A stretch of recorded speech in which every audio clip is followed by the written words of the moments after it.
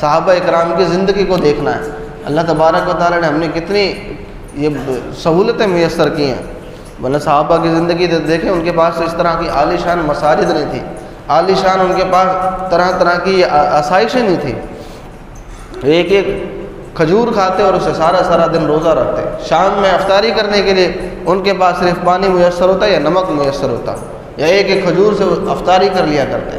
مسجد کے اندر نماز پڑھتے، ایک روایت میں نے پڑھی، ایک روایت یہ تھی کہ صحابہ کرام نے ایک وقت میں اس طرح انداز میں نماز پڑھی کہ کچی مسجد تھی، اور اس کچی مسجد کے اندر جو نماز ادا کی چھت، یہ جو کھجور کے تنے ہیں ان تنوں سے بنی ہوئی تھی، نیچے مٹی تھی۔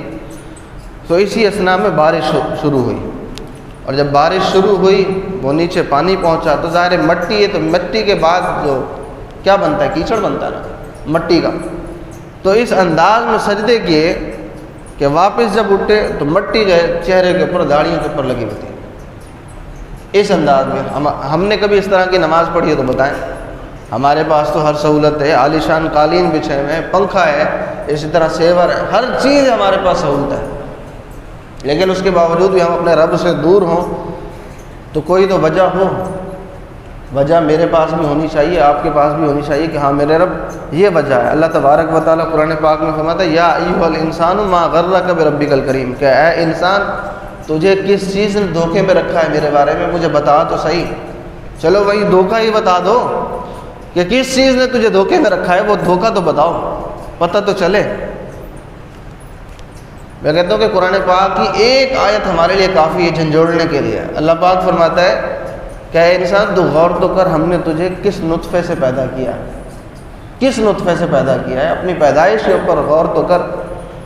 29ویں پارے کے اندر یہ آیت ہے، فرمایا کہ اپنی پیدائش کے اوپر غور کر لے، تجھے تیری اپنی اوقات پتہ چل جائے گی، تیری اوقات کیا ہے۔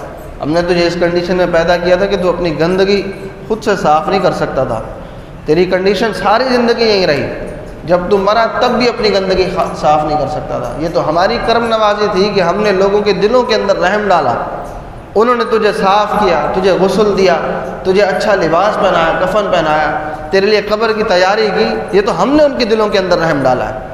اگر یہ رحم نہ ڈالتا تو پھر کیا ہوتا، ایسی لاشیں پڑی ہوئی ہوتی۔